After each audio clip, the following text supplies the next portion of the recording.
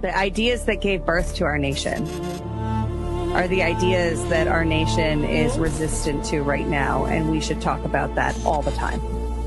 In a world where narratives are shaped by corporations and gatekeepers, independent voices matter more than ever.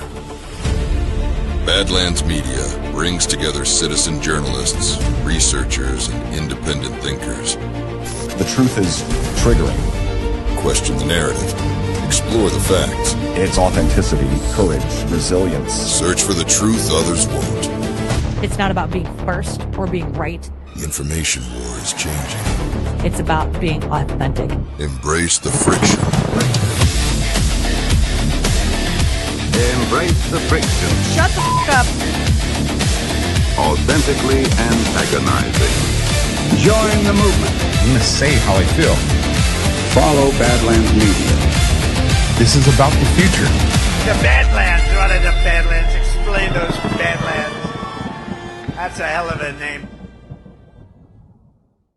I consider myself a conspiracy buff at all, but when they get a lot of coincidences, I get a little suspicious and call me crazy. Polls, weird talk shows, crazy groups every Sunday telling you what you think. The Republicans and the Democrats conspire with one another, which they do. There is a conspiracy by big business against American democracy. We know that there was a conspiracy. There was a conspiracy. There was no conspiracy. Was there a conspiracy? A communist conspiracy directed out of Moscow. The right-wing conspiracy. Communist conspiracy is a deliberate and predictable plan of action to subvert the world. Right-wing It's conspiracy. an international criminal conspiracy. Vast right-wing conspiracy. Great conspiracy. There are all these conspiracy Was theories. there a conspiracy?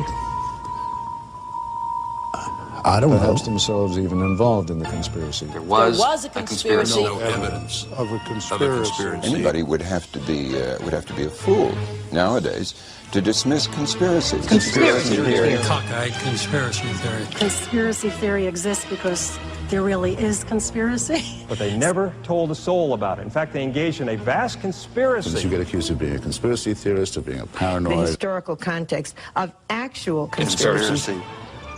A conspiracy of bad people. As always happens at some point in a conspiracy. One night, Cousin Eddie got drunk in a honky-tonk and spilled the beans. There was a conspiracy, and government was involved in it. Conspiracy existing within the United States government. There was a conspiracy. Conspiracy. A conspiracy by the CIA. The conspiracy of a few. Dark, secretive, conspiratorial, evil. Then it was certainly a deliberate conspiracy. High-level conspiracy. The do's and the don'ts and the rights and the wrongs of the various conspiracy theories that are good. Possibility of a conspiracy. In a moral sense, I think it was a conspiracy. One conspiracy, that's all I'm talking about. Full of speculation, conspiracy theories, and the like. And what's going on here? You began to wonder what was really happening in America. I mean, was there a vast conspiracy afoot? There could have been a conspiracy. Do you think you're obsessed with conspiracy? Conspiracy theory. A conspiracy. I'm afraid you'll catch me. I'm afraid you'll catch me. A conspiracy would do the job nicely.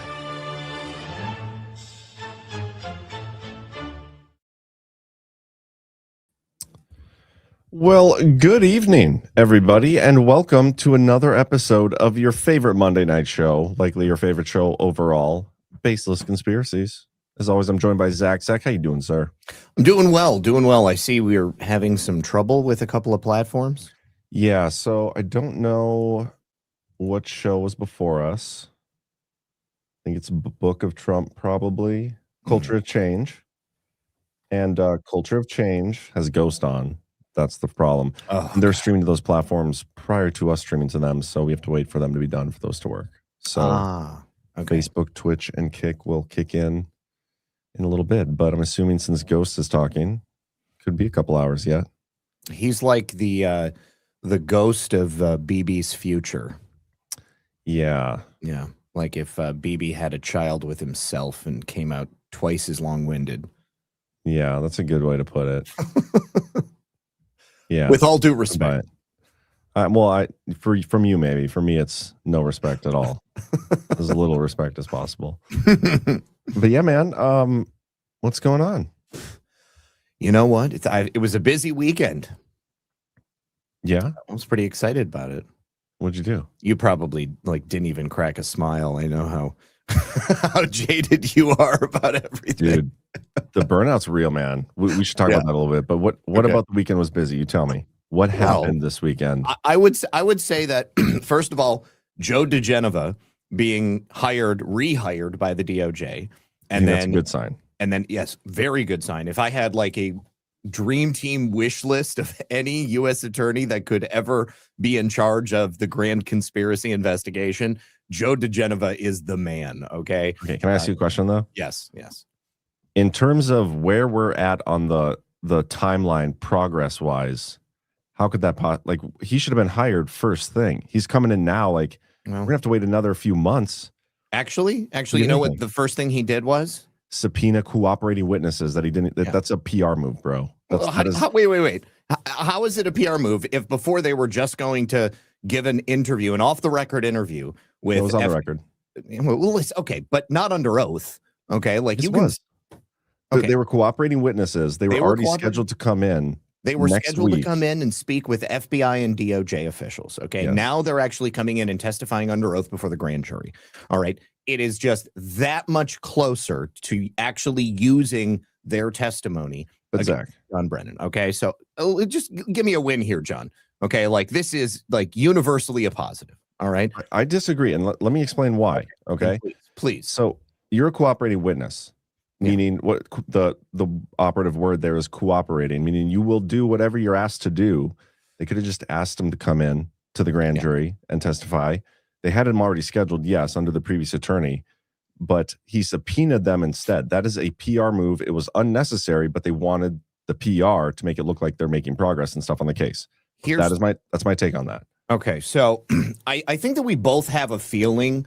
Then, I mean, I would say also the firing of the former U.S. Attorney Maria Meredidos, or whatever her name is, probably a Cuban, maybe connections to Central Intelligence. Could be a big booty Latina. We don't know. Big booty Latina for sure. All right. I think it's pretty obvious that there was some slow walking going on. All right. And I think that those people could have easily been questioned and their testimony could have just been shuffled away someplace. And then when the FBI comes in to testify in their stead to the grand jury, they can say, well, they told me a couple of things, but, I don't know this answer, and perhaps I don't know this answer. Now they actually come in, they speak directly to the grand jury. Everything that they could possibly say is gotten on the record at that time. I feel like it is a good move, okay? And I think that Joe DeGenova is not there to slow walk anything. And I believe that Joe DeGenova has an incredible amount of knowledge about all of this stuff. And I'm sure you've seen him previously say that, if he had his druthers, Obama would be the first person to be indicted. Yeah, I've seen some of that. Yeah. And, and Biden's DOJ literally raided Joe in Victoria's home. All right. They did the lawfare thing against them. So he's also been a victim of the whole thing. I just think that there's a lot of indicators. Okay, so take that on its own and then add in Kash Patel and Harmeet Dillon doing an interview with Victoria, or what's her name, Maria Bartiromo over the weekend. She hit them both with, what's the problem? Why has nothing happened? Are you going to do something? And Kash Patel said, undoubtedly, yes. Like, we get it. And I think that was a PR move. Okay, I think that they know at the FBI and the DOJ that pretty much the entirety of the base is fed up at this point, feeling like nothing is going to happen. All right. Yeah. So with DeGenova too, one more thing. He was originally hired to be Trump's attorneys during the Russiagate stuff back in 2018. Yeah. But he was like 2 days later removed for conflict of interest. Well, have they ever said what the conflict of interest actually was in terms of that hiring?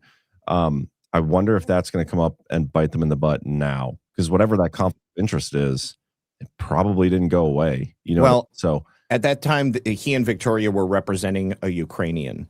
Yes, and Firtash. Yeah. So they also represented later Lev Parnas. I think both those guys were like deep state people. Yeah, I think so too. Yeah. So that's not a positive check mark in my book. One of the subsets of the internet that I follow is the Russiagate, like, I don't even know what you call them, the sleuths, the people like Hans Monschke, Undead Foya. There's this McIntyre guy. There's this whole group of like Fool Nelson. It's like 10 guys, and all they do is like every day go through digs and stuff about the Russiagate stuff. Yep. And that's who I was like looking at, like, okay, these guys would know everything about. They know everything about everything when it comes to this case. What are their thoughts on the DeGenova thing? And it was like a consensus across the board. Like, well, this sucks. Like we are a year and a half into this, and maybe it's not that he's not even necessarily a bad hire. It's the fact that we've been waiting a year and a half already. We've already wasted a year and a half. Yeah, where we should have been balls deep, even maybe a little further than balls deep. I don't know what that is, but that's where we should have been with this. But we're not. Like now we're back to just the tip with a freaking new attorney, and that sucks in terms of when we're going to get the accountability and justice. And so that news breaks. Kash Patel goes on with Maria Bartiromo, and he's like, "Yeah, just watch this week. We're going to get some things. We're going to get some news on the election integrity front." Which, yes, I know these rugs are out there. Okay, we don't know if they're going to end up being rugs. I may have a foot on. I have my 1 foot on the Rico Grande rug, 1 foot on the election integrity rug.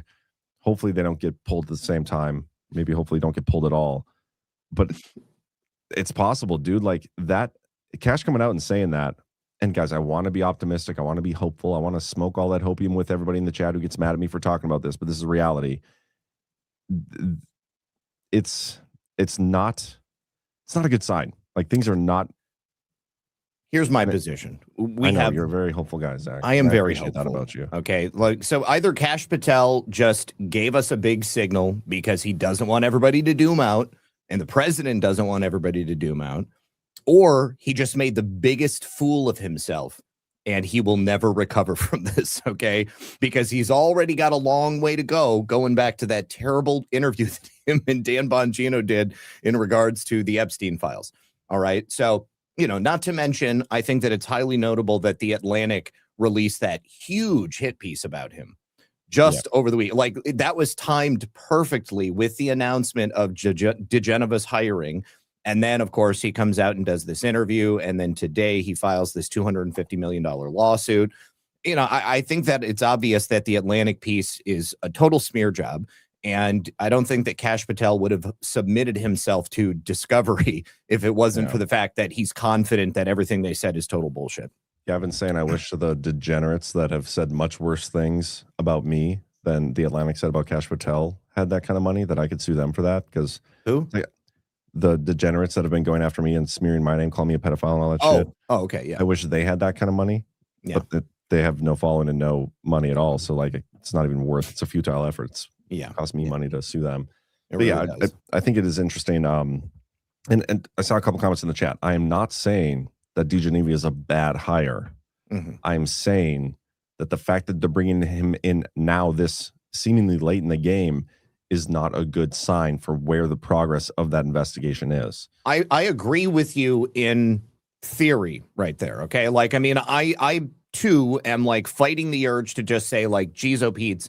It's like somebody was blocking it since the very beginning. Pam Bondi.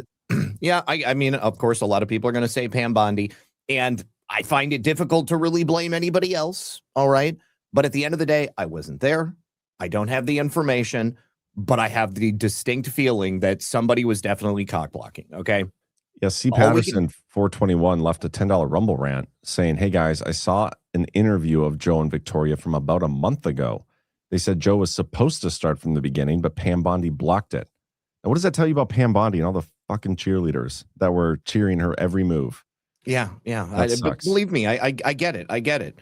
All right. Now, here's the thing. If that's what they're saying, and now Joe is actually hired there, I tend to put a little bit of weight on that.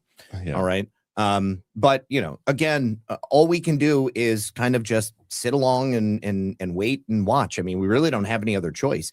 And ultimately, I believe we are moving towards accountability, towards real accountability.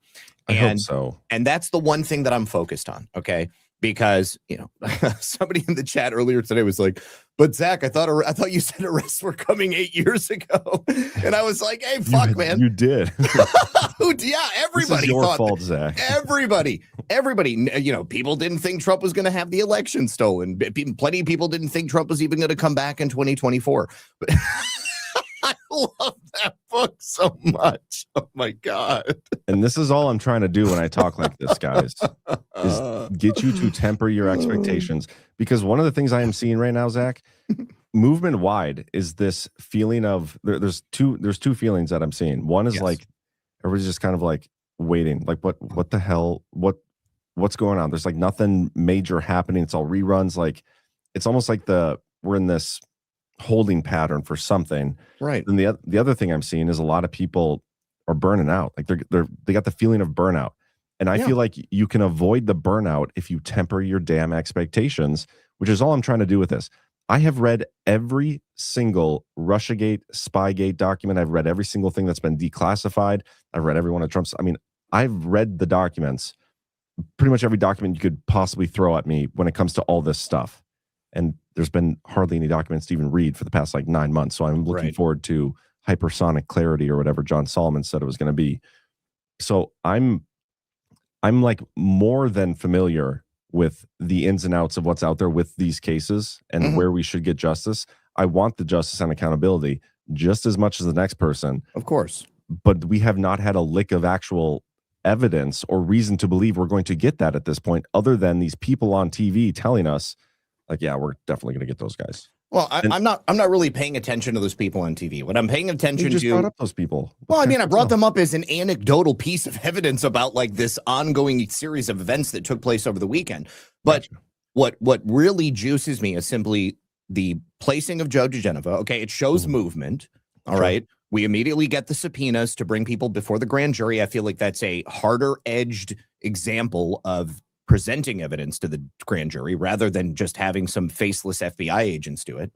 And I also think about the longer game aspect of this, that if they're not successful, then it spells absolute doom. Okay. I mean, like my expectations are tempered. I've had a lifetime of disappointment, John. I mean, like I've been along for the ride for a really long time.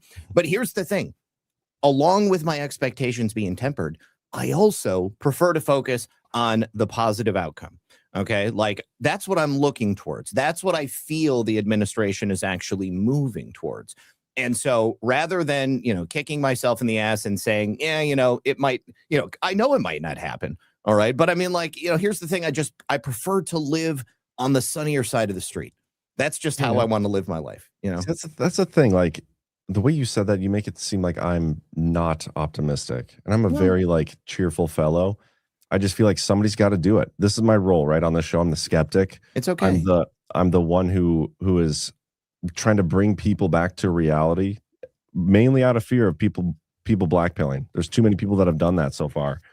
Well, I mean, I feel like there's got to be a black pill period for everybody. If they've made it this far and they've never black pilled before, in my experience, they probably haven't been awake for that long. Yeah, like, and I'm so sorry, guys. It was very insensitive. It's African American pill. We should have corrected that from the beginning, but that's so funny. But yeah, I mean, it's like I've already been at my blackest point, all right? And I've already come back from a place where I didn't think it was possible that we could even move forward. And I've seen it, okay? I mean, I've seen what's possible, and I've seen President Trump do things that many people did not believe were ever going to happen. And so that's where I'm at with it, and that's why I get excited about it. My worry is, though, like for most people, not everybody, but there's a saying about this, like once you go black, you don't go back. And I'm just worried about people blackpilling and not being able to recover. Okay. I think that everybody can recover from a black pill. And, here's a point that I made last week. President Trump is a master of manipulation and using the media and stuff like that. But at this point in his administration, the only thing that he needs to worry about is like herding the cats to get the job done. All right. Like, he needs to keep the country happy in a manner of speaking, but like he's already shown that he's more than willing to allow the entire country to go through a painful period of reconstruction if that means that ultimately at the end of the day, things are going to be better than they were when they began. Yeah. All right. You know, we've talked about this in a couple of GART panels. Like, we have made a lot of, like, there's been a lot of positive things that have happened since, you know, Trump's first term, since, you know, even him getting back in there this time around. But there are a couple things that, no matter how good things are, if a certain couple of boxes aren't checked, I think it's going to be hard for a lot of people to look at what Trump did and call it a win. And I'm not saying that's reality, like it is that way, but I feel like a lot of people are going to look at that and say, if we don't get election integrity fixed, if we don't get some, you know, at least progress in exposing the Russiagate stuff and the impeachment stuff and the COVID stuff and the stolen election and the political persecution, and I mean, you can go on and on and on. We need to at least get to the bottom of some of that stuff and get closure on some of those stories. Oh, I agree. We have to.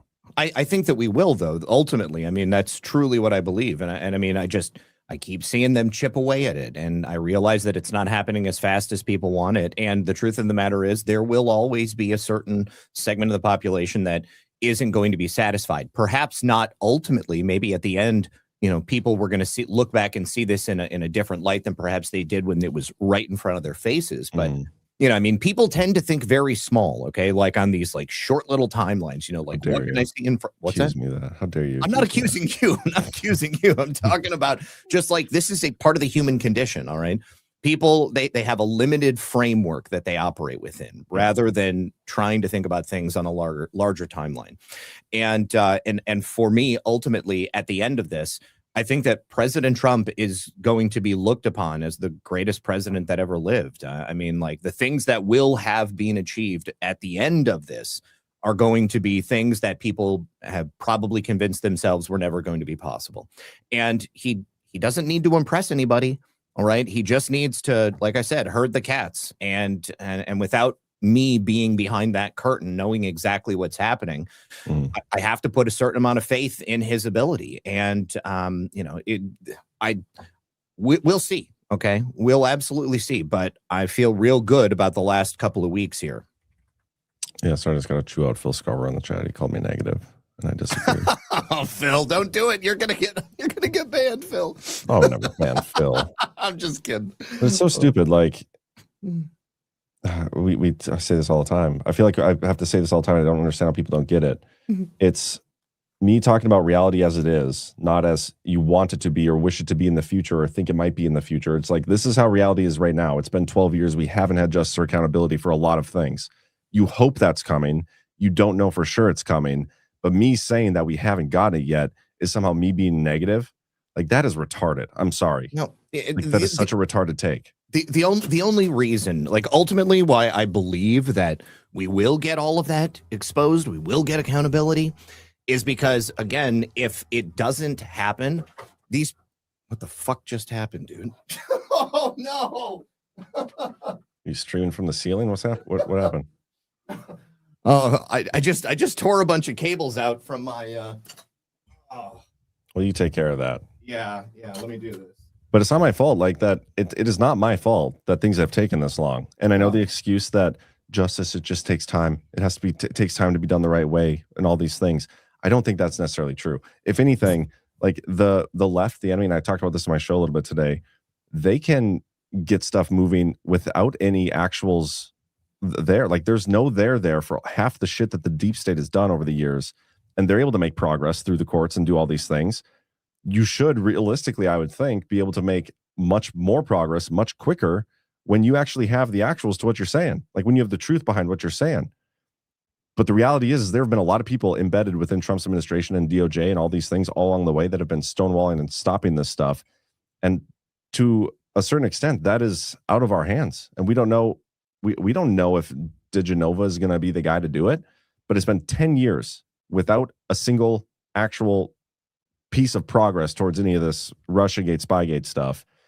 And I don't think it's me being negative to say that when it's reality. It's me not living in delusional optimism to say like, oh, maybe we'll get it someday. Yeah, maybe that's true. But I'm not just going to sit here after 10 years and be happy about it. That's retarded. Go to my room now. Okay. John, stop John is less positive since his devolution days. Yeah, maybe. But I feel like people are just more retarded and into hopium since my devolution days. John, humanity has not had justice or accountability for 6,000 years. We are lucky to be alive at this time. I do agree with that. I think we have potential to witness some great history stuff, some awesome things. But it's also possible we don't get those. We can't predict the future. So anyway, what I should have done while you were gone, Zach, is read the sponsors of tonight's show.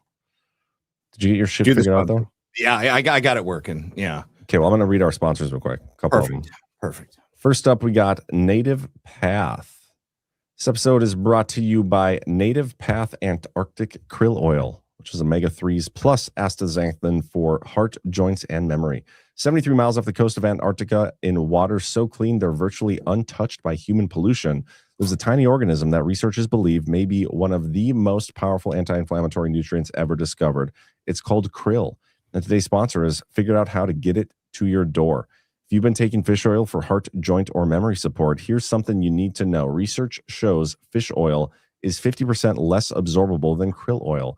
Because fish oil's omega-3s are in triglyceride form, while krill oils are in phospholipid form, which is the same format your cell walls are made of. That means krill oil gets into your cells immediately. In head-to-head studies, krill oil outperformed fish oil at improving cholesterol, reducing inflammation, and easing joint pain, often at lower doses.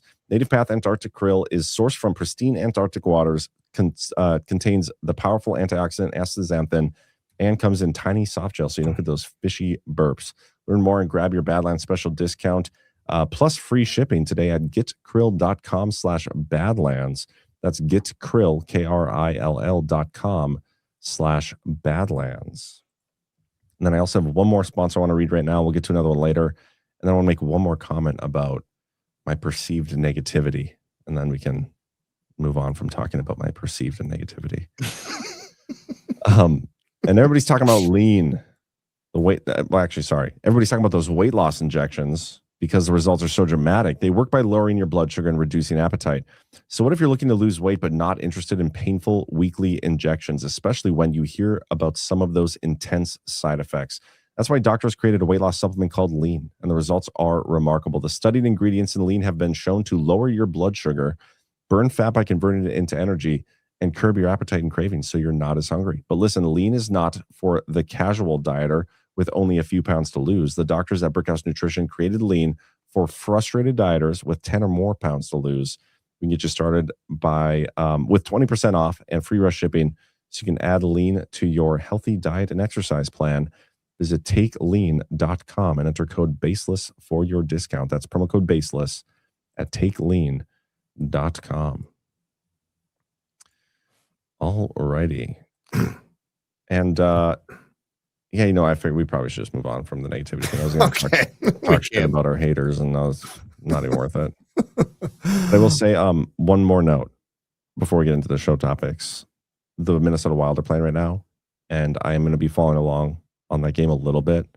And so if I start cursing or celebrating wildly, it's because something good or bad happened in that game. Oh, man. Okay. All right. So I was... our plan was to kind of just continue to go through the Obama Deadpool because there's a bunch of different people that are connected directly to Obama, more akin to the sort of Clinton death list. And then, there's a bunch of strange deaths that kind of just tangentially occurred around Obama. But we got this, news about Jon Brennan, and it started making me, think about him. And I knew that one of the people on this list was connected to a pretty wild story about Jon Brennan. We've talked about it here on the show before. And so I kind of wanted to do a little bit of a dive into the history of the relationship between Barack Obama and Jon Brennan, because when he became director of the CIA in 2013, it wasn't like a natural fit. We always talk about Jon Brennan, former director of the CIA, but he didn't always do that in Obama's administration. He started out in a different position altogether. And I'm sure you've heard before that Jon Brennan was alleged to have converted to Islam at some point during his when was life. Well, it would have been likely when he was working in Saudi Arabia. I'll talk more about that in a moment when I get to it, but I want to go back to his youth, back in his 20s. This is, one of the reasons that a lot of people in the intelligence community did not specifically care for John Brennan, and why he didn't really seem like a natural choice is because when he was in his 20s, in 1976, he was actually a member of the Communist Party. He was like a card-carrying communist. Like totally public. He was publicly communist? He was publicly a communist. He supported the Soviet Union. This is obviously the height of the Cold War. So, I mean, to be a supporter of the Soviet Union and a communist in the midst of the 1970s, it's definitely an odd choice. There was actually, we've got records of him voting for a candidate called Gus Hall. He was the communist candidate for president. And Jimmy Carter was actually who won the presidency in that election. But John he voted Brennan, for the communist candidate. He voted for the commie. He voted for Gus Hall. So then that was in 1976. So then 4 years later, 1979, 1980, the Soviet Union invaded Afghanistan. And this was obviously right around the same time as the Iranian, revolution in 1979, and the communist Soviet invasion of Afghanistan happens. And for some reason, probably because he was a communist, and I think he was trying to embed himself into the Central Intelligence Agency, he becomes a CIA junior analyst. But because of the fact that he was a public card-carrying member of the Communist Party, he never should have been accepted into the CIA. Who made that decision? Who was the director back then? What year was he accepted? It might have been George H.W. Bush, to be honest with you. Because at that point, Reagan was running. When did George H.W. Bush leave the CIA? Okay, so he left in 1977. Who was CIA director 1979? That was Stansfield Turner, okay? And he served until February 12th of 1981. Okay. All right. So for some reason, he becomes a junior analyst at the CIA. No intelligence agency in the United States or in any Western country should have given him a spot, because, that should have come up first on his background check. Yeah. Now, during his tenure at the CIA, he wasn't super liked. He wasn't very well known. He didn't have a lot of accolades or anything, but at some point, he ends up getting this very prestigious position as the chief of station in Saudi Arabia. And he spent a couple of years there in Saudi Arabia.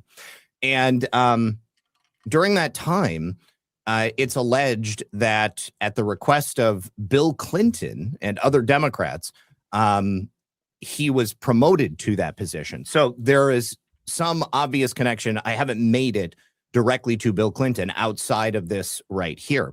But apparently, John Brennan was really well liked by the Saudis when he got there, and they really thought that he was a guy that they could work with, and we could do a whole bunch. But it's also the time where he became allegedly converted to Islam. Now, what's said about that time is that he was so cozy with the Saudis that John Brennan's conversion to Islam was actually a counterintelligence operation against him to bring him into the fold, so that they could then have a Muslim placed very highly inside the Central Intelligence Agency. What? And this is actually coming from other Central Intelligence Agency employees. I've got some quotes. I'll pull those up a little bit later. Okay. Now, it's possible that maybe, it started out as an op that he was perhaps running on the Saudis. Maybe he was trying to ingratiate himself to some greater degree, started agreeing to maybe do some studying or something like that. And maybe it was all an op, but if you take a look at his public comments, after that time when he was at in Saudi Arabia, chief of station, I mean, he makes a lot of statements that make it sound as if he really is a devout Muslim. Doesn't actually say it, but he's got some weird stuff that he puts out there. And in his final year at the CIA, he spent nobody knows exactly why he left, but it's kind of like whitewashed. Like nobody has ever come out about it. Nobody's ever said it. He did spend some time, I guess, in the commercial world, and allegedly the CIA kind of abandoned him. I don't think that he actually maintained his security clearance at the same level that that other people might have. Like, when he left the Obama administration and became a civilian again, he kept that highest level security clearance, and he has obviously used it. But when he left the Central Intelligence Agency, he went and worked for a company that he started. He was the CEO of. It was called the Analysis Corporation. What year was this? This was in 2005 to 2009. That was when he became the CEO of the Analysis Corporation. Now, this is where I'm going to jump back to the death that is connected to Obama. And the death that I am talking about is a young man, 24-year-old man, in 2008 by the name of Lieutenant Quarles Harris Jr. Now, Lieutenant Quarles Harris Jr. is notable and connected to Barack Obama because in March of 2008, while John Brennan was running the Analysis Corporation, the State Department launched an investigation because there had been, during the 2008 presidential election season, an improper accessing of the passport records of Barack Hussein Obama, Hillary Clinton, and John McCain. Now, Barack Obama's passport records were accessed first. And then within 3 days, Hillary's and John McCain's were accessed as well. And it was kind of a mystery at first, but as soon as they realized it had happened, they were like, oh my goodness, how could this be? Condoleezza Rice had to apologize publicly to all of them. And ultimately, it turned out that it was a contract worker who was employed directly by John Brennan. No shit. Yes. Now, what's even more interesting about it is that during Barack Obama's presidential campaign, John Brennan was working as an advisor to the Obama campaign, unpaid, as his sort of number one man on terrorism and counterterrorism, homeland security, on a number of different security-related matters. Like a national security advisor type role? Sort of, but I mean, Obama wasn't president yet. So it was just this sort of informal position on the campaign, advising Obama on these various things. All right. So who was Lieutenant Quarles Harris Jr.? Well, he was the only witness to the actual accessing of these passports, and he had been operating as a cooperating witness for federal investigators. That was until 1 month after these passport breaches happened, he was found dead in his car outside of his church, shot in the head.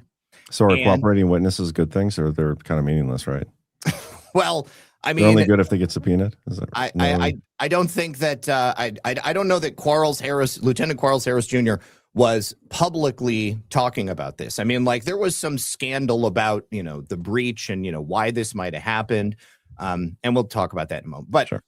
But of course, I think that obviously he was killed because they didn't want him cooperating.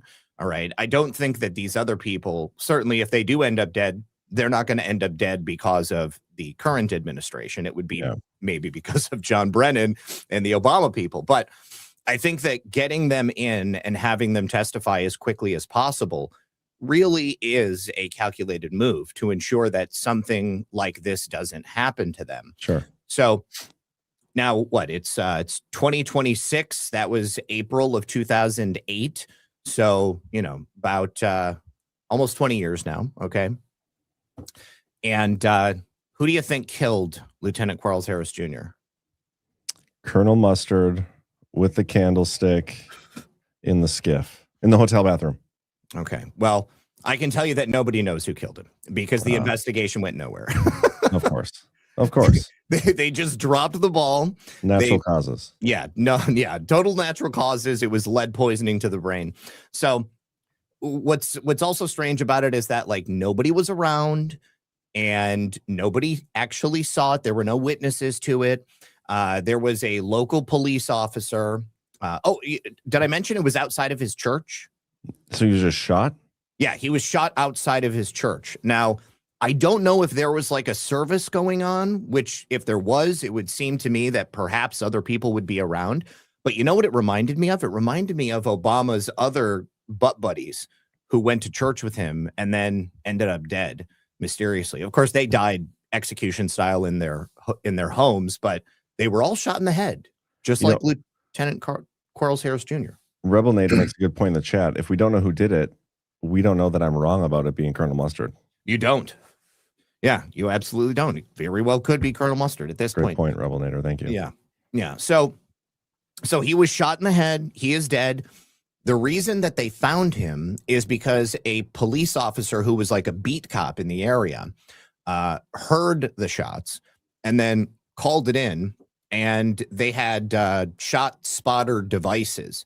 And so the police were able to use those shot spotters to send the police officer to where he was. How do those work, by the way? Like they guesstimate where the noise is originating from? Yes. It's like the sound waves, and they can like track it based upon that. Triangulate it. Triangulate, yes. Commander Anzalo, Michael Anzalo, he was the head of the police department's criminal investigations division. So he was the one who ultimately did the investigation and flubbed the investigation. But so anyways, they go and the police officer that found him, Lieutenant Harris was his name. And I'm sorry, Lieutenant Harris is the guy that I'm talking about that got shot. So Anzalo and his team, they go there, they find him, he's dead, and there's no witnesses, they can't figure it out.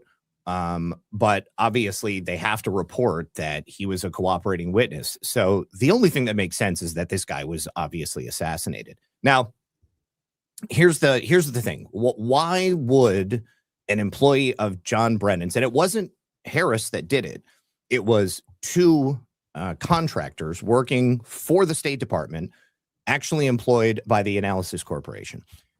It was never explained exactly why they did it. They had to admit that they did, because of course there's tracking on those sorts of things. One person lost their job. One person was reprimanded. And obviously, if you're looking at the passports, you're going to see their name, their social security number, all of the different places that they've gone in their life. And you'll be able to tell a little bit about somebody as a result of it. So it's very strange that local police never bothered to really look into the murder. Every couple of years it would come up. People would ask about it. They would say, have any leads been found on this? Nobody found anything on it. And of course, people working for the FBI, they never commented on what Lieutenant Harris might have told them, and they never followed up any leads. So that's very strange, because if he was a cooperating witness and he could have told them something, I mean, surely he would have done that already. So why didn't they actually go into it? Yeah. But Lieutenant Harris told federal investigators before he was murdered that he personally had received passport information from this hack, this unauthorized access, from a co-conspirator of the person who actually accessed the information. And that co-conspirator was an actual employee of the U.S. State Department. So would have been an employee of the current administration, which would have been the George W. Bush administration. But they never got to the bottom of it. Never said anything about who that co-conspirator might have been. Never a name, a gender, nothing like this. So personally, I think that the accessing of Clinton and McCain's passport files was a ruse. I think that ultimately it was only Obama's passport that they were actually looking for. And once they looked at it, they probably realized, you know what, if we don't look at everybody's, then it's going to be really obvious that we're only trying to get Barack Obama's. So then they kind of spaced it out and they went and looked at it. And so I mean, what do you think the reason for going after Obama's? I mean, if Obama was the key target, that's the one. Why did they go after Obama's? Is it like some sort of leverage or blackmail of some sort? That's exactly what it is. Now, shortly after Barack Obama's passport, after it was announced that his passport and Hillary and McCain's passports had actually been accessed, Barack Obama publicly confesses for the very first time something that he had never said publicly, something that was never written in any of his personal memoirs and either of the two books he had published detailing his, years growing up and his years in college. And that confession was that he took a trip to Pakistan in 1981. Oh, no shit. That he traveled to Pakistan while he was in college. And that's a really weird thing. It's a very strange thing. And on its face, it's weird enough. But the fact that he never mentioned it, but then suddenly felt necessary to publicly proclaim it after it became a possibility that somebody might leak it to the press or something like that. Yeah. Very, very odd. Now, I think what did he say his reason was? Do you remember? Oh, he didn't give it. Didn't give any. I traveled to Pakistan when I was in college, 1981. That was it. What the heck? Yeah. And he never, felt the need to express any more information about it or explain exactly what it was. Now, the thing is, we've never seen his passport files. Nobody released it, and there's no contemporaneous information. There's no photographs. There's no letters to his mom or anything like that. There's nothing to really suggest that he actually did go to Pakistan in 1981. But he spent about 3 weeks there. Yeah, there we go. Even if he did go, though, John, it was not normal for any American to go to Pakistan in 1981. Not normal at all. I mean, you would have to have a reason to go. You would have to be approved both by the State Department and then also by the Pakistani authorities. So, I don't know. There was actually an Indian counterterrorism expert that commented on this. And the Indians were obviously very interested because, Barack Obama becomes president of the United States. Pakistan is like their number one foe. They're right next to each other. And India and the United States have to maintain a good relationship. But this guy said, I guess that for some reason, like his mother was brought into the equation. Like she was supposed to have gone with him. Like it was a family trip, which makes it even stranger. But he said, why did he keep mom on his visit to Pakistan till this question was raised? Has he disclosed all the details regarding his Pakistan visit? Was it as innocuous as he made it out to as it was made out? To respond to the invitation of a Pakistani friend, or was there something more to it? As I read about Obama's visit to Pakistan in the 1980s, I could not help thinking of dozens of things. Of the Afghan jihad against communism, of the fascination of many Afro-Americans for jihad, or the visits of a stream of Afro-Americans to Pakistan to feel the greatness of jihad, of the fascination for Abdullah Azzam. I don't know who Abdullah Azzam is, but what's interesting is that it kind of falls in line with right about the exact same time that John Brennan allegedly converted to Islam. And, if John Brennan was in the CIA, converts to Islam, and already is helping to develop a young CIA cutout by the name of Barack Hussein Obama, who had previously gone by a number of other names, whose mother and grandfather, actually, also had ties to the CIA. And this whole family is, kind of like constructing this legend about themselves. Yeah. Was there some early type of mentoring that was going on? Between Brennan and Obama? Between Brennan and Obama, yes. But just because they had perhaps an early working relationship. And okay, so Is there any actual like proof or connection of that, or is that purely speculative? No, that's purely speculation on my part. Purely speculation on my part. Okay. But the reason that I think that John Brennan might want to have leverage on Barack Obama is because, number one, he comes from the intelligence community, right? Mm-hmm. These people thrive on blackmail. It's the currency of the political world. John Brennan, even though he would have had knowledge, might not necessarily have been able to take physical evidence of it. Now, Barack Obama's passport, it might have had something else on it that he didn't want people to know. It might have had nothing to do with the Pakistani trip, and he just said the Pakistani trip because that's what he wanted people to focus on. Sure. Perhaps it had a different social security number on it than the social security number he was using as he was going by Barack Obama. If you'll remember the show that we did on Obama previously, the social security number that he gave publicly was actually the social security number of a much older white man who was born in Connecticut. That, was somebody else's name. Anyways. What was the, they got access to the passport. Was it ever released publicly? No. It was never released publicly. But if John Brennan is implanting himself into Barack Obama's campaign, let's say that they do have some prior connection, that, that's how they got involved. Maybe they have some shared Muslim heritage. Barack Obama is a cutout that is operating within the CIA. John Brennan is an employee of the CIA, also a Muslim convert. Mm-hmm. They're coming together. Brennan knows that he can help elevate Barack Obama. He also knows he has access to essentially a private intelligence company in the Analysis Corporation.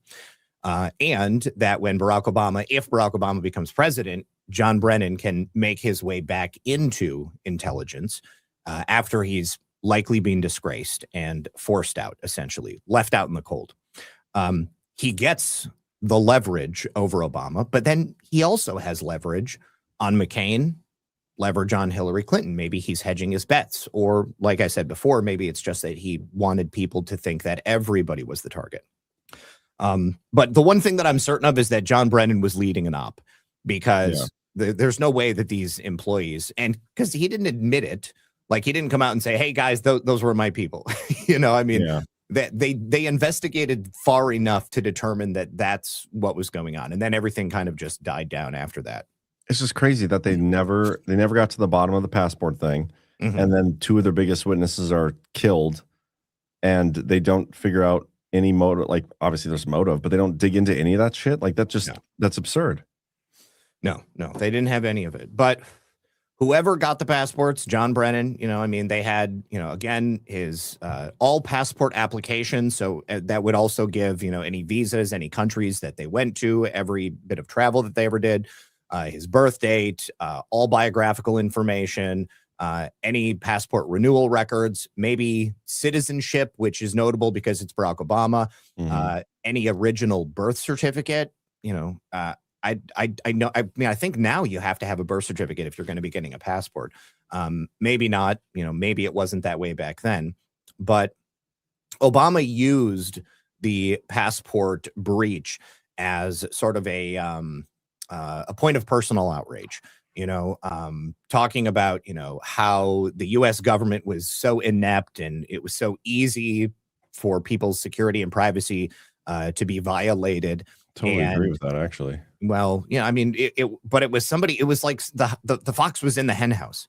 Mm-hmm. It wasn't that difficult, right? It would have been difficult if it was somebody on the outside hacking their way into the State Department and stealing it. But it was just somebody at a State Department terminal. They were already there, So, so he used it, and somehow it was leveraged. I think that initially they tried to say that maybe it was like some right-wing hacker or something like that. Like they were, I don't know, trying to get bad information on people and maybe try to swing the election. That narrative didn't last very long, because they were, pretty quickly they found out that it was the Analysis Corporation. But at the end of the day, because it was John Brennan, I think that that would have given John Brennan the leverage that he needed to ensure that whatever happened, if Barack Obama became president, he would remain as part of his organization, basically. Sure. Now, when Brennan came into Barack Obama's administration, like I said, he didn't immediately become the head of the CIA. That didn't happen until 2013. I think wasn't he brought in as like counterterrorism or something? Yeah, he was the counterterrorism czar. But what he really was the assassination czar. That was like, he was the guy who essentially planned out the assassination plans, the extra legal types of maneuvering that the Obama administration did. So that included like the drone program, some like okay, they actually had like a kill meeting every week. Have you heard this before? No. Okay. So John Brennan, as the assassination czar, led quite literally something called the kill meeting, the kill group. Okay. Like it was John Brennan and a bunch of different other people from within the intelligence community, CIA and other organizations. And it was like a brainstorming session, and they would sit down every week and they would be like, okay, who should we kill? Like, who needs to die? And that included American citizens, people who had not necessarily committed any crimes, but maybe were just living outside of the United States and had some proximity maybe to perceptive, terrorism or something like that. And these are documented meetings? So I heard about this from John Kiriakou, who was a former Central Intelligence Agency figure who left. I mean, what I can tell you is that he was essentially the assassination czar. I mean, he came in and... Yeah, but it's John Kiriakou or whatever. You can't trust a word that guy says. Well, I don't know that you can't trust anything that he says. I mean, like... He's been wrong about a lot. Well, I haven't listened to everything that he said, but from what I understand, and I didn't hear that he was the assassination czar from John Kiriakou, but he was the counterterrorism chief. He basically, gave the hit lists of who to go after.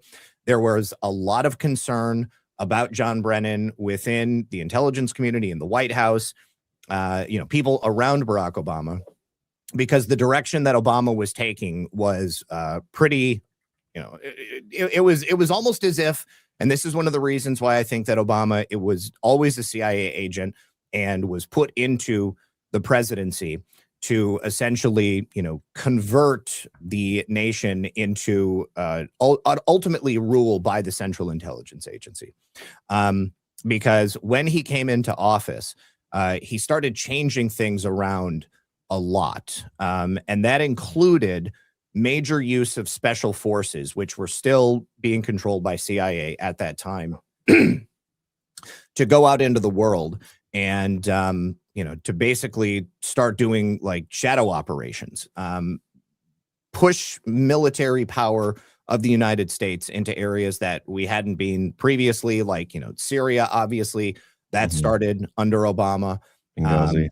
Benghazi, yes, absolutely. There were Green Berets. Barack Obama deployed Green Berets into 133 countries. Once he came into office, that's 70% of the world by 2014. Okay. So obviously, that's, some time into his presidency, but I mean, it was a slow creep of intelligence and paramilitary power. So when Obama became president, I believe Leon Panetta was the CIA agent, CIA director. I think they called it something different. It was like the Directorate of CIA or something like that. Yeah. But he and Panetta had a meeting, and Leon Panetta said, what can I get? And Obama said, you can get everything you want, anything you want. This was reported in the New York Times. Okay. And it's basically in the time that the CIA has existed. I think that, there's been a tumultuous relationship of, the CIA trying to control the presidency trying to get a handle on the CIA. And when Obama became the president, like the CIA and him, they got along just fine. There was no problems. And their goals were aligned. Like they were clear. Yes. He was the CIA candidate. Exactly.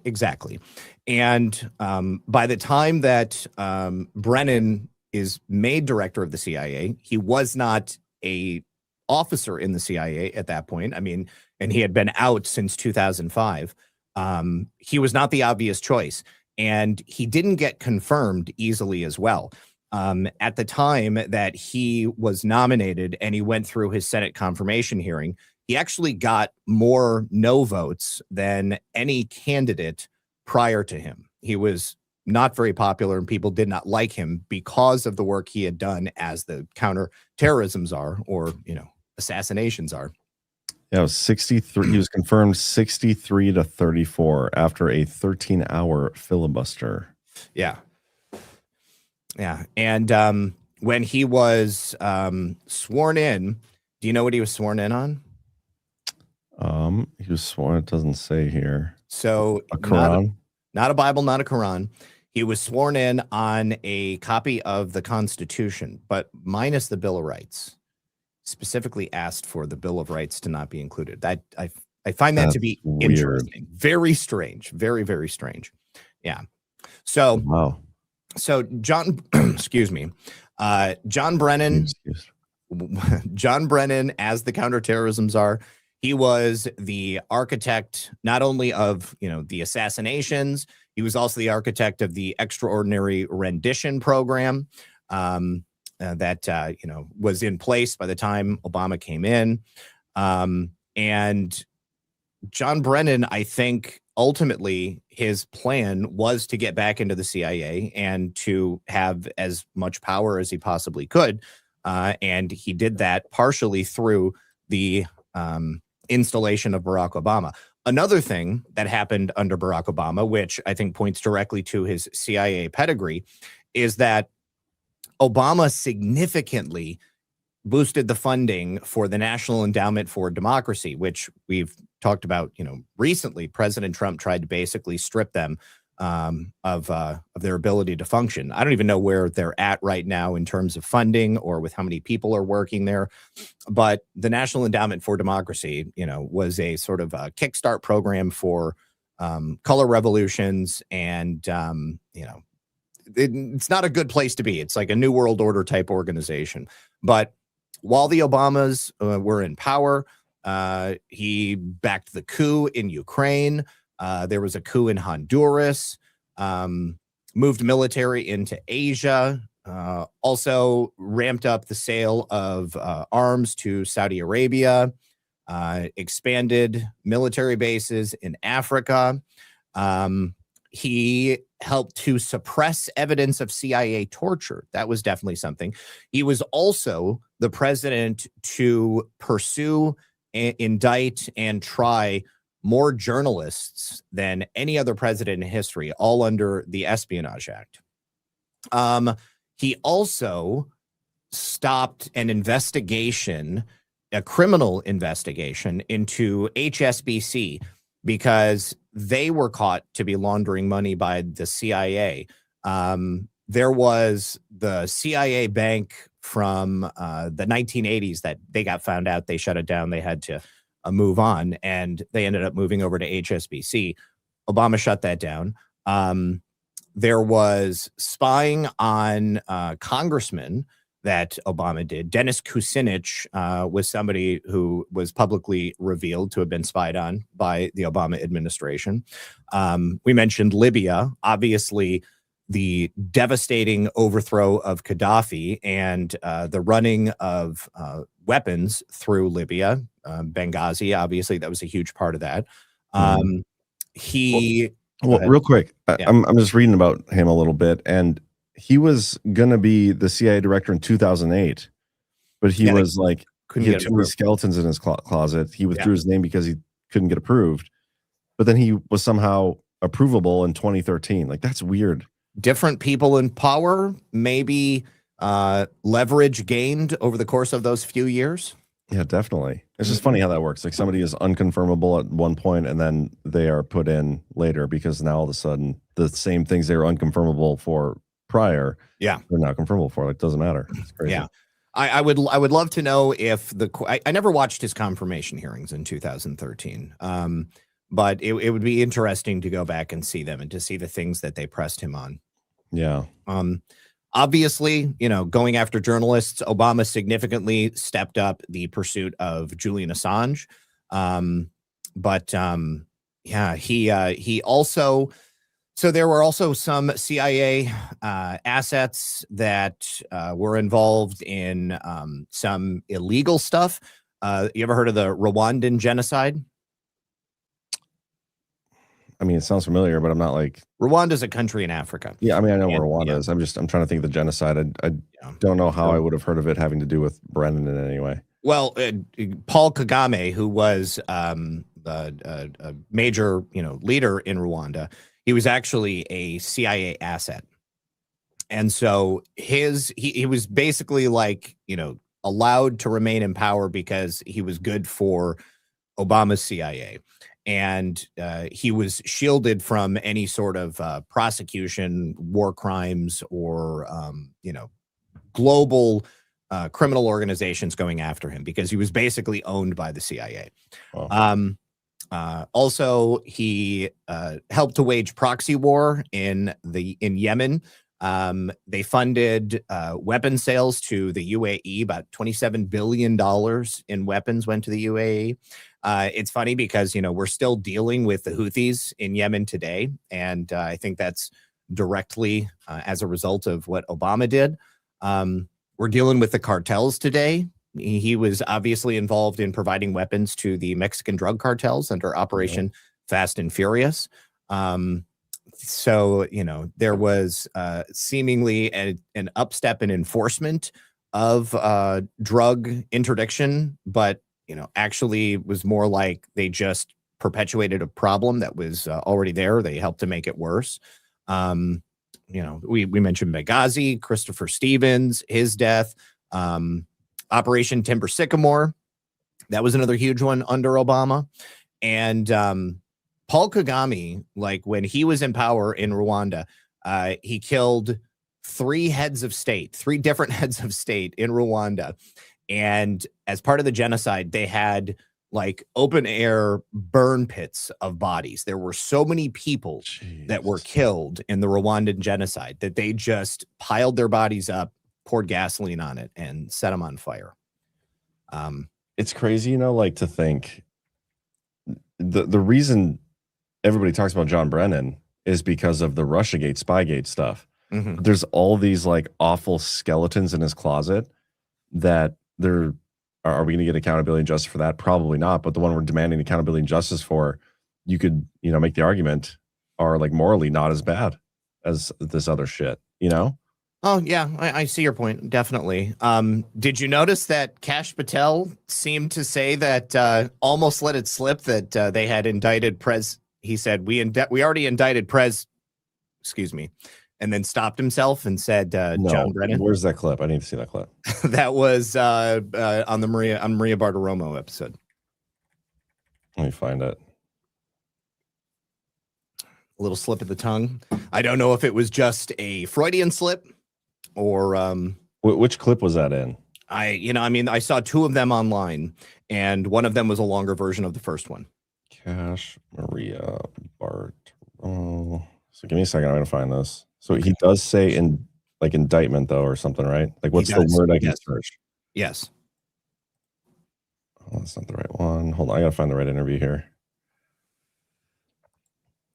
It's got to be this one. Whole process. I'm just going to do a search of the transcript. Mm-hmm.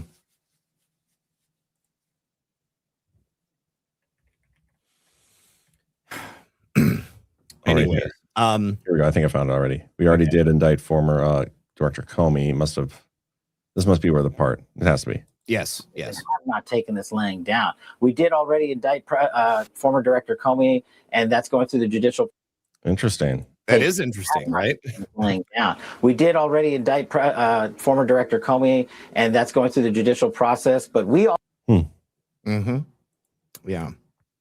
All right. So. Yeah. Another interesting thing and another death on the list connected to John Brennan and to Barack Obama is Michael Hastings. Do you remember Michael Hastings? No. I remember the name, but I don't remember anything about the guy. So Michael Hastings was the journalist who wrote the piece about General Stanley McChrystal in Afghanistan, which basically forced him to resign because the article made him look, inept. He was definitely murdered too, wasn't he? Oh, he was totally murdered. So he was driving his car's Mercedes in Los Angeles. Okay, so there's so much to this story. We did a whole show on it, but long story short, Michael Hastings believed that he was, number one, under investigation by the FBI, that they were coming after him because of the work that he was doing. Totally plausible because he made the Obama administration look terrible. Believed that his car was being manipulated. It's already been shown that the technology exists that would allow for his car to be taken over. He was staying in the Hollywood Hills, and there would always be like helicopter traffic, but he started paying attention, and every single time he would get home, there would be just massive amounts of helicopter traffic above his house, and he became convinced that they were watching him. And he sent like this paranoid email out to a bunch of people before he actually died. The night before his car exploded, before it hit a palm tree. What? Yes. His car exploded the night before? No. I'm saying I'm going before the car explosion. The night before, he went to a friend's house and he begged her to let him use her Volvo. He said, "Please, my car is not safe. I need to get out of town." He was trying to leave Los Angeles, okay? And he was trying to slip away without having to drive his own car. But he didn't have any choice, really, because this girl that he went to ask, she said, "No, I'm sorry, there's a mechanical problem with it. I can't let you borrow it." And so he basically left, kind of upset. He sent this email out to a bunch of different people stating that, his car had been tampered. He was under watch by the FBI and he felt safe. He did not feel safe. He thought that, something bad was going to happen to him. So on the day that he died, he was, speeding through Los Angeles, and there was camera footage from like a red light camera showing him running a red light. And there were some people who actually saw what happened, but his car was, I think it was going like 67 miles an hour. This is another thing. The media. I have a clip here. Yeah. Oh, okay. So the media actually lied and said that he was going way faster than he was. And he runs through the red light, and people saw his car explode before it hit the palm tree. Now, there was that's a big explosion. That now, if you only see it from that angle and you weren't there, you would think, well, gosh, of course his car exploded. He slammed head first into that palm tree. But the explosion happened before the car hit the palm tree. It's really hard to tell. I hate how they have security cameras that are basically iPhone 2s. Yeah. This is ridiculous. Now, the other thing is that there were no skid marks on the street from him hitting the brakes, okay, which meant that his car was moving along at full speed. The only drugs that were found in his system was a small amount of alcohol and a small amount of amphetamines. They never specified whether it was like, illegal amphetamines or, like Adderall or what's the other one? Meth. Oh, I mean, there's another prescription methamphetamine that they give people. I'm sure somebody in the chat will know it, but anyways, there's but anyways, they never specified what it was, what it might have been. And he was basically presented as some type of, drug-addled. It's not Sudafed. There's methamphetamine and THC. Okay, yeah. Oh, it is Adderall. I was thinking Adderall. Ritalin is the other one. Okay. Oh, yeah. He has some THC in his system, though. So, yeah, who doesn't, right? He's living in Los Angeles. I don't. Speaking of that, maybe I'd be a little more positive. Got to get high on 420, but I didn't today. That could be. That could be. Get to smoke, but yeah, he had 12 NGL. That's the how much THC had in the system, whatever that means. 12 nanograms per milliliter. That's not a lot. It's not a lot. But the autopsy determined that none of that stuff in his system contributed to the actual crash itself. Shortly before he died, he reached out to the lawyer for WikiLeaks, and he had some information that he wanted to get to them. He said that, his life was in danger. A source had provided to him prior to his death a copy of an email from the Stratfor leaks, the president of Stratfor, Fred Burton, and he was preparing to publish it, or perhaps had already published it. His wife came forward, Elise Jordan, after his death and confirmed that the last article he was working on was an article about John Brennan. Really? Because the last article he published was... Yes. Hold on, where's it at? Go ahead and pull it up. I've got a copy of it, but I don't have easy, quick... Oh, it's called Why Democrats Love to Spy on Americans. Yeah. That was published on June 7th, and he was killed on June 18th, 2013. Yeah. So that was the last article he published, but the last article that he was writing was about John Brennan. Yeah, he had a couple emailed to colleagues saying he was working on a big story, and he needed to go off the radar, and that the FBI might interview said colleagues. WikiLeaks announced Hastings also contacted Jennifer Robinson, one of his lawyers, a few hours prior to the crash. Yep. It's insane. Yeah. Now, the explosion of the car before he hit the palm tree was 100 feet away from the tree where the explosion actually occurred. And that was confirmed by forensics experts at the scene of the crime. There is no logical reason for his car to explode like that before it hit anything. I truly believe that Michael Hastings was assassinated. And, whether it was only for the John Brennan story, because there's a lot of things that could be written about John Brennan, right? Or if it was the cumulative thorn in the side of the Obama administration that, he was, with, the fact that, he had already written the article about McChrystal. He had already written 2 books about his time in Afghanistan. He had like a girlfriend that was killed in an ambush. Maybe he blamed, the government or something. I don't know. The FBI had a file on him. Of course they did. They were investigating him at the time of his death. Wow. That wasn't paranoia. And the fact that, he got that Stratfor email, gave it to WikiLeaks, was looking to perhaps do additional stuff with WikiLeaks. The Obama administration's pursuit of journalists. I think that there's just like too many data points that suggest that Michael Hastings was 100% assassinated. That's crazy. I think John Brennan definitely had something to do with it. Yeah. Yeah, okay, just to play skeptic, because that's my role in the show. Let's say you were a journalist and you wanted to make a bigger story and like controversy out of your death. Like, you would definitely go, like, let's say you knew you're going to commit suicide. You would go to your friends and be like, hey, I need to, somebody's tampered with my car. And then immediately afterwards go and crash your car into a tree, I think that's retarded. I think you're really stretching there. But I understand what you're doing, but I think that's just like the stretchiest stretch that you can go for. If he's going to commit suicide, why not just commit suicide? Like, why create a mystique? You're not even going to be around to see it. Because you already hated the Obama administration and all these people, and maybe you weren't getting the attention that you felt you deserved from your stories. And so you're like, well, if I can make it seem like they're the ones who killed me, maybe that'll finally get them.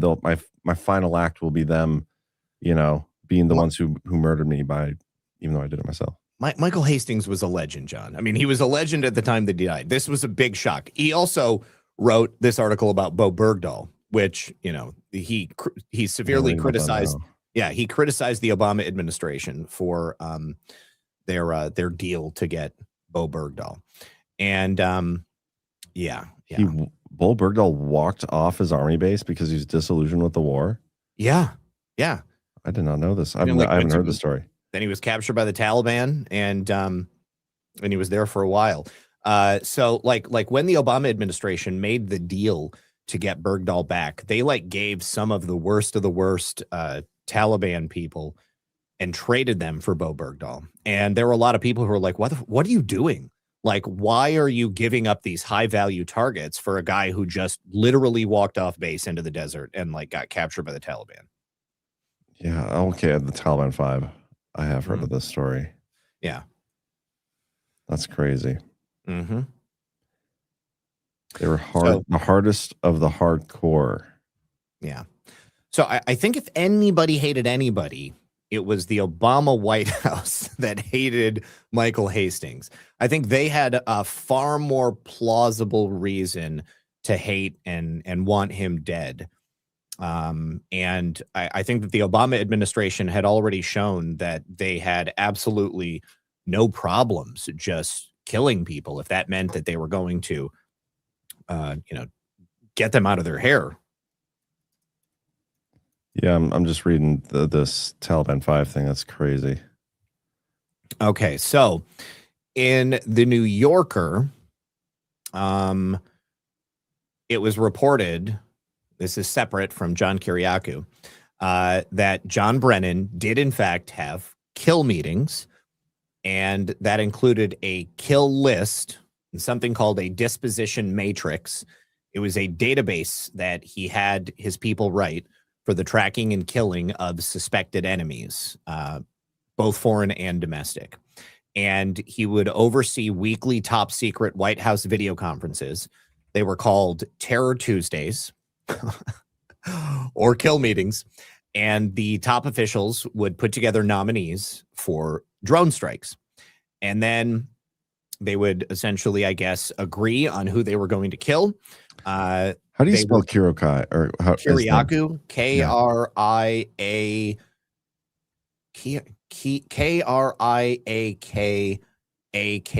Kiriakou.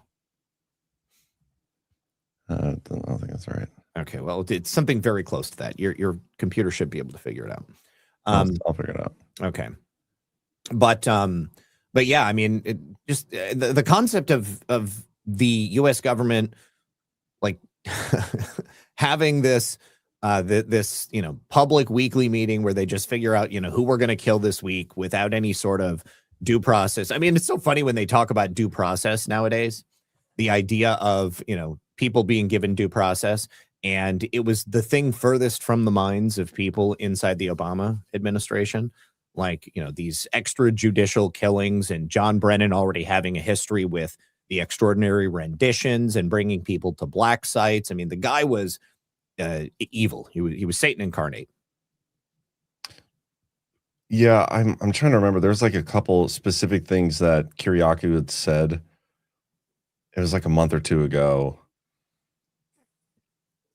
and they were just total and like they ended up being so wrong. And they were just clearly totally bullshit and like a narrative against Trump. And I'm trying to figure out what exactly they were. There's so much out here. I don't know. The only thing that I've ever heard Kiriakou say about Trump was that Trump completely changed his mind about, who he was. And he's saying he's totally sold out to Israel. Oh, well, I don't know. I don't. He's on Alex Jones all the time, man. Like, I don't know. I don't pay attention. I don't keep up with that stuff. Yeah, this guy, I mean, I don't really trust anything this guy says. He's former CIA. There's no such thing, Zach. I'm sorry. I'm going to be skeptical at anything. And I'm totally fine with that. However, I am not. I quoted Kiriakou for informing me of the kill meetings, first of all, but I just found a secondary source from 2011, which verifies the existence of these kill meetings. What's the secondary source? I'm sorry, 2013, The New Yorker. And it's an article called John Brennan's Kill List. And what does John Brennan Kiriakou? What does John Brennan consider to be a legal framework within which the United States government can decide whom to torture or assassinate? Brennan, and this is because he was nominated for the CIA director position. Brennan is President Obama's nominee for Director of Central Intelligence. The last time his name came up for the job after Obama won in 2008. He didn't get it because he seemed too close to the torture program perpetrated while he was a senior official at the CIA. If he has greater distance now, it's only because more time has passed, not because there's been any true accounting. If anything, we have slid into an odd state of complacency about torture in the Bush years, watching it in movies and wondering whether it worked, asking whether or who might be capable or culpable, excuse me. Brennan, instead of answering hard questions about those years, became the president's counterterrorism advisor. That job includes many duties. One of them is crafting the president's kill list. That's also pretty interesting as well, that it's not just John Brennan's kill list. It was also targets that were chosen directly by Barack Obama. And then they would go and decide, you know, who's going to be easiest for us to kill first. And then the ones we can't get to now, we'll put them in the disposition matrix and we'll choose their disposition at a later date. Ridiculous. Yeah. I'm reading these stories now. Fucking John Brennan. He's a real piece of shit. A real piece of shit. Yeah. Him and Obama are perfect for each other. And it's like he's super good at the nasty, dirty work. But you go, and I guess he is pretty good at that too, the Russiagate thing. Yeah. I was about to say he messed that up. To an extent, he did, because he got caught and he couldn't get away with it. And maybe TBD, right? But TBD. It still was fairly effective at the time. Anybody else that would have worked. Trump, he's a force, man. He is. All right, so that's the conspiracy.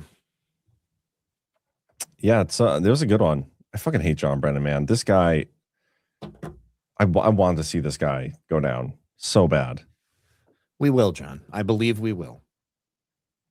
If John Brennan doesn't go down, then he's just going to rear his ugly head again in in another form.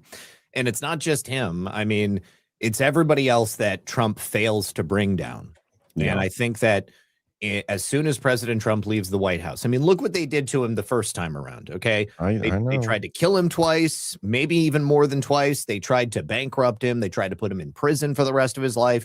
They tried to take away his companies. They tried to destroy his reputation. They raided his house. They went through his wife's underwear drawer, probably looked through Barron's private things as well. Yeah, the thing about it, Zach, I know Trump doesn't want these people to get away with it. I know that. But Trump is not the one that is in there doing the investigation, building out the case. Like, he's not the one. He is relying on other people, and we don't know whether or not those people should be relied on. Like, we've seen time and time again people who should have gotten to the bottom of this stuff and exposed this stuff or prosecuted this stuff end up either being very bad at their jobs or not on Trump's team or our team or whatever. I think there's a third.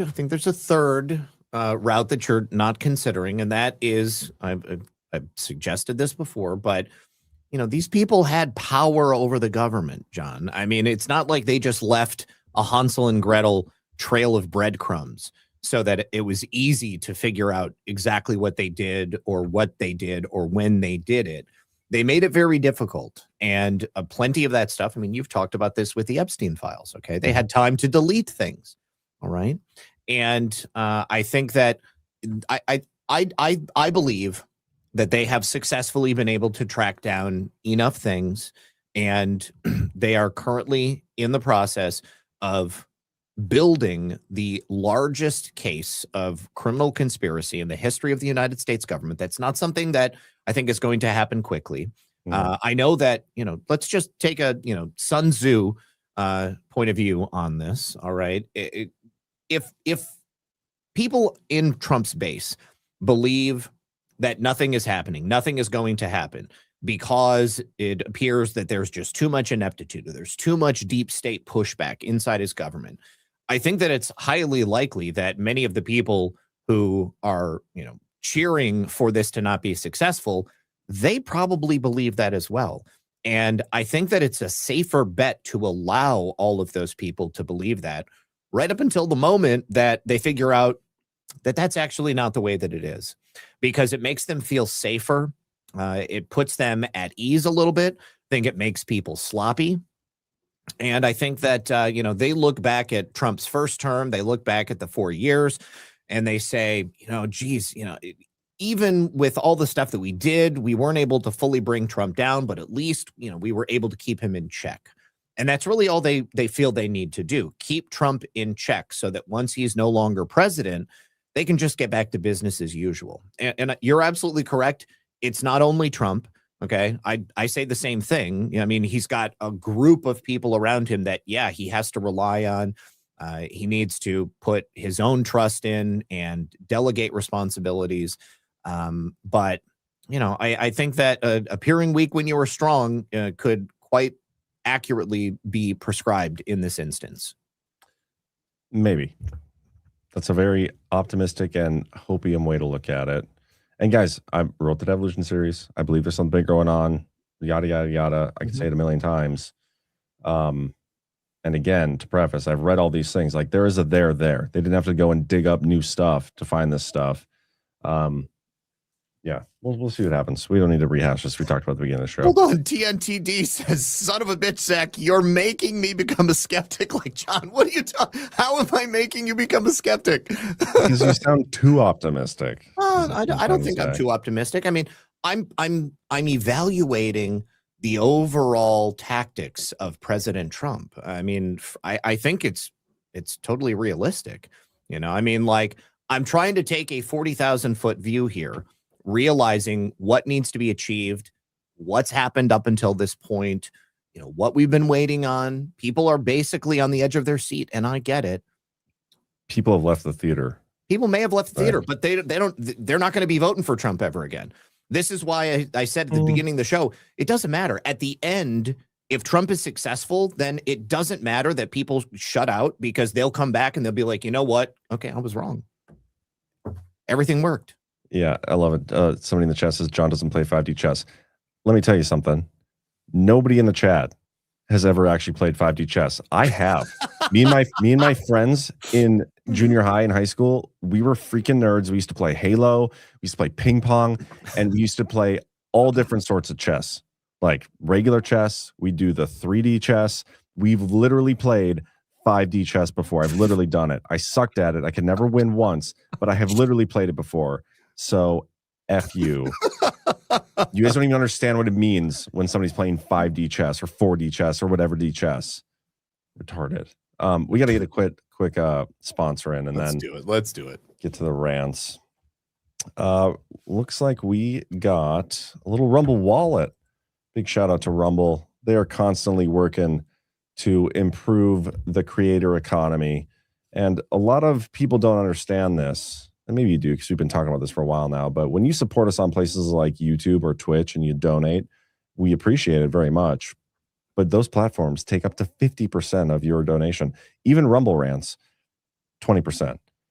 But Rumble decided, you know what? Enough's enough. We got to do our best to give 100% to the creator. And so they created the Rumble wallet, where the platform takes zero fees. We can keep nearly 100% of what you send in. You can super chat with Bitcoin, Tether USD, or even Tether Gold stablecoins. The tip shows up directly in the chat, and we read them like we always do. You can download it from the Rumble apps, you can download the Rumble wallet from the App Store on your phone, or you can go to wallet.rumble.com. It's a great way to support us, the creators you love here at Badlands Media, and what an awesome disruptive technology that Rumble has created for you guys and for us. Big shout out to Rumble, Rumble Wallet, Rumble Studio. Go download it, guys.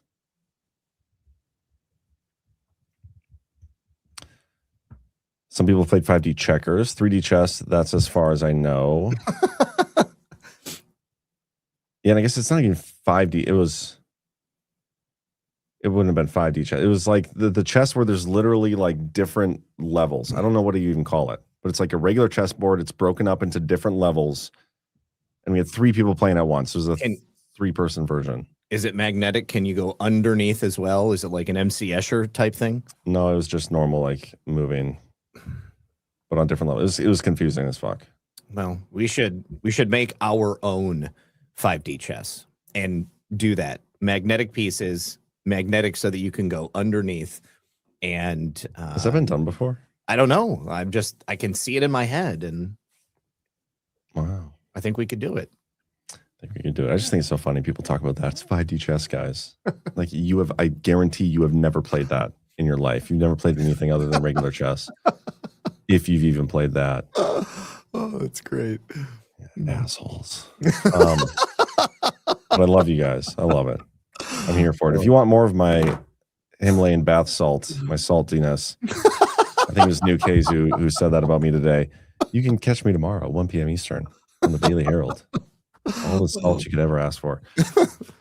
A couple quick things. First of all, our next GART has been scheduled. It's been scheduled for a while, actually, but tickets are on sale for it. You can go to badlandsmedia.tv/events. Click on the Deadwood picture here, and you can get in-person tickets. There might be some VIP still available. I don't know. We were getting pretty close to selling that out. But either way, regular tickets will still be available. And this, if you've never been to Deadwood, guys, there is no better place to, like, this is your vacation home. Like, you got to come to a GART, block off a whole week. It's amazing if you can. It's I freaking love Deadwood. Cannot wait for that conference. So excited. A couple boosts we got. There's one out here I thought that I needed to read, but maybe not. No, that was last week. Okay, we got plenty of rants though, so let's do this. Okay.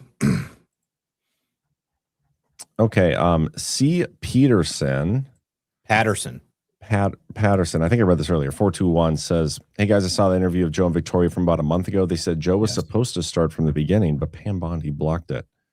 There we go. That cock block. Maybe his application was just sitting on her desk.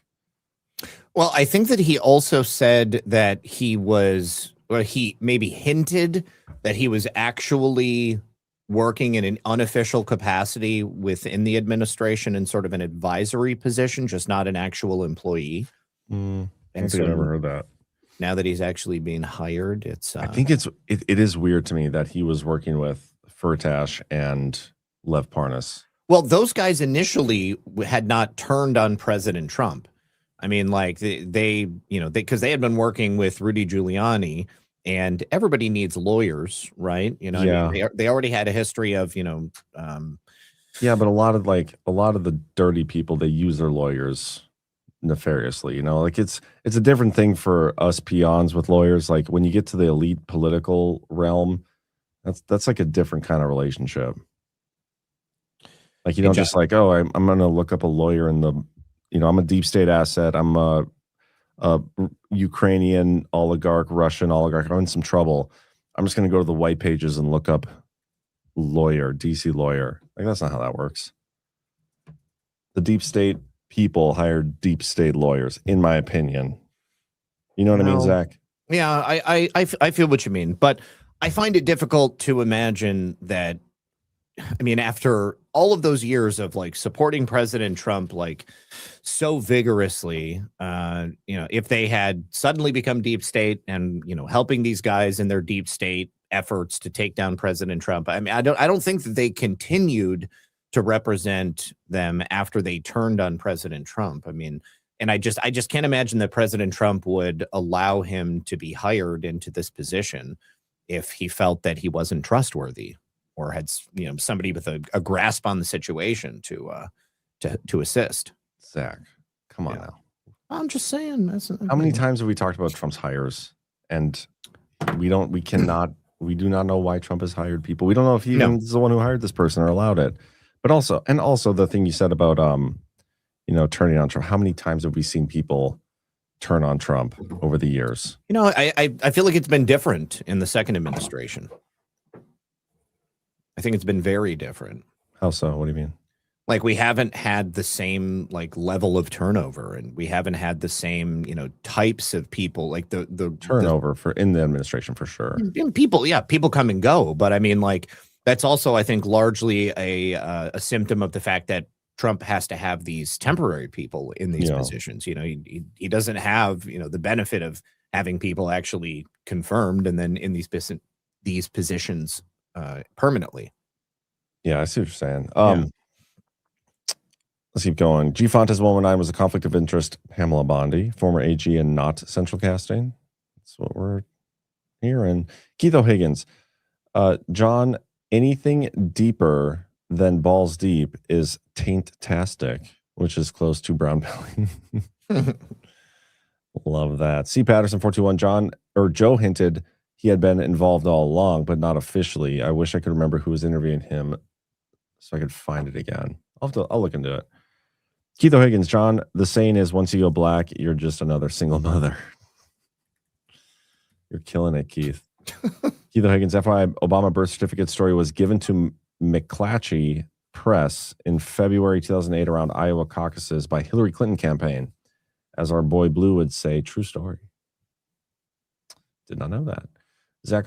Keith O'Higgins says, Zach, wasn't Brennan responsible for the visa approval on the 9/11 Saudi hijackers and as station chief? Yes, he was. That's true. Yep.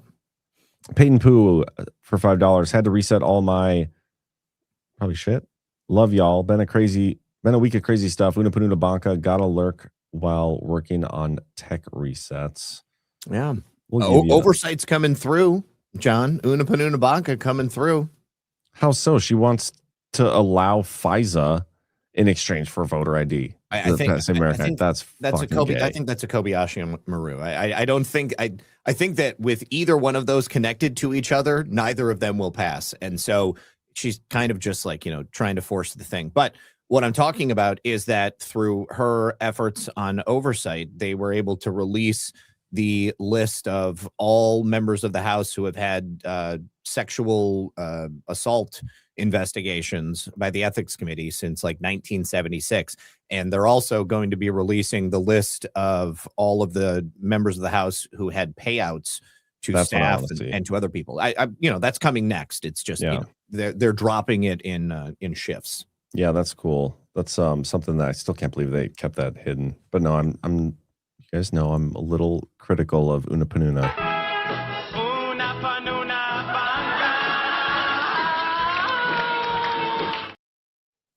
Lucy the dog says, remember that the IRGC killed more than 30,000 of their own citizens just a couple of months ago? That's what I heard, but allegedly. I've never seen the bodies. Yeah. ZBM, holy Tom Cats, I'm late to the show. Sorry, I am distracted by my kids. And to think I could have just gotten puppies and put them in cozy crate out in the mud room with no judgment. JK, love y'all. Do you know that with your kids too? One of our viewers has 9 kittens. They've got a kitten cam. It's like travis'iskittencam.com. What? It's are we live on YouTube? I don't want to say his name. He also known as Chafed Bum. He's a black gay man. He's a viewer of ours? He's a viewer of ours, yes. NF. How do you oh yeah. I love that guy. I don't want. I know I love him too. I just don't want to say it on YouTube. Every time I say his name in the chat, like when I'm on my show, I always go back to YouTube and I delete that 2 seconds. What's the website? I think it's travis'iskittencam.com. And actually, let me try to punch it in because it's in my browser history. I'm not finding it. This is a weird thing to search anyway, but it's not indexed. Oh, shit. That's fine. No big deal. I'll find it. I mean, I'm interested, but not that interested. Keith O'Higgins, Cash Patel's slip of his tongue means he can't hold his liquor, especially when motor mouthing and motorboating Maria Bartiromo's sweater poems. Jeez. I feel like I needed to read that. I feel like I need a cigarette after that. Todd V. Realtor for $5 says, Optimus John is also a great actor sticking to the script of the show. Give him his hopium dose, Zach stat. Don't let him go all the way black, Zach. He isn't. He isn't. That's the truth. My expectations are so tempered that I cannot black pill. That's so done. All right. Hey, can I show you this real quick? Sure. Okay, go ahead. You have to take that down and then add this right there. These are NF's live kittens right there. Oh, there's the mama. She's in there. Oh, well, that cool. Yeah, I think they're actually to be adopted. I don't know. I don't know what his plans are. I think there's actually 2 different litters that are all being taken care of all at once. That's cool. Yeah, very cute. Yeah, very cute. Anarchist Owl says, wait, does John live in LA? To answer that question, no, I don't. Does he want to be friends with Owl? Hoot hoot, frisbee golf. I have played frisbee golf before. I'm it's a little more challenging. You think I thought going into it like I'm a baseball player, I could throw this thing a mile, and sometimes I can, but sometimes I can't. Frisbee golf's sweet. But no, I live in North Dakota, just a little bit of ways away from LA. C. Patterson 421, remember Breitbart's death right before he was going to release info on Obama? Absolutely. Yeah, we just did the episode on that. Show. Yeah. Todd V. Realtor. Zach, have guys done a show on Hawaii Department of Health director that validated Obama's birth certificate died in a plane crash? Look up Trump's tweet about it. Would be a great show. We just did that one too. We did just do that one. Yeah. Yeah, guys. Because we're doing a deaths connected to Obama. So like go back through like the last month. If you go on Badlands Media, I'm walking you through it here, click playlists, and then scroll down to Baseless Conspiracies. We have a whole bunch of them. We've got just a handful that don't have titles that accurately reflect what the show is about. We should probably go through that. That's a ways back. It is a ways back, yeah.